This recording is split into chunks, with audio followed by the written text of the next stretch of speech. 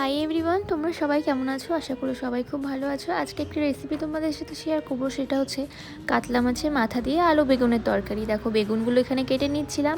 ফ্রিজটা খুলেই দেখি 2 পিস মাছের মাথা রয়েছে। ভাবলাম যে আজকে এটাই রান্না করা যাক। এরপর আলুগুলো কেটে নিচ্ছিলাম। তারপর দেখো, আলু বেগুনটা জল দিয়ে ভালো মতো ধুয়ে নিলাম। এরপর লবণ হলুদ দিয়ে মেখে রেখেছিলাম মাছের মাথা দুটো। পেঁয়াজ দুটো আমি কুচি কুচি করে কেটে নিয়েছিলাম। আর আদা রসুন লঙ্কা এটা আমি তাই থেতো করে নিয়েছিলাম, আমি মিক্সিতে পেস্ট করে নিইনি। তারপর দেখো, এখানে মাছের মাথা দুটো আমি ভালো মতো ভেজে নিচ্ছিলাম। এরপর গরম তেলের উপর একটু জিরে দিয়ে দিয়েছিলাম, গোটা জিরে দিয়েছিলাম। তারপর কুচনো পেঁয়াজ দিয়ে দিয়েছিলাম। এটা যে একটু লাল লাল করে ভাজা হয়ে গেছিলো, তারপর আদা রসুন লঙ্কার যে পেস্টটা ছিল সেটা দিয়ে দিয়েছিলাম।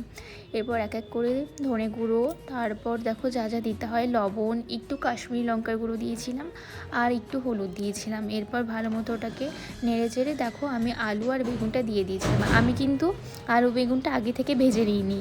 তো এইভাবে রান্না করলে কিন্তু তোমাদেরও তেল একটু কম লাগতে পারে। আমি একেবারেই দিয়ে দিয়েছিলাম, তারপর ঢাকনা দিয়ে দিয়েছিলাম। দেখো, এটা কিন্তু ভালো মতো সেদ্ধ হয়ে গেছে।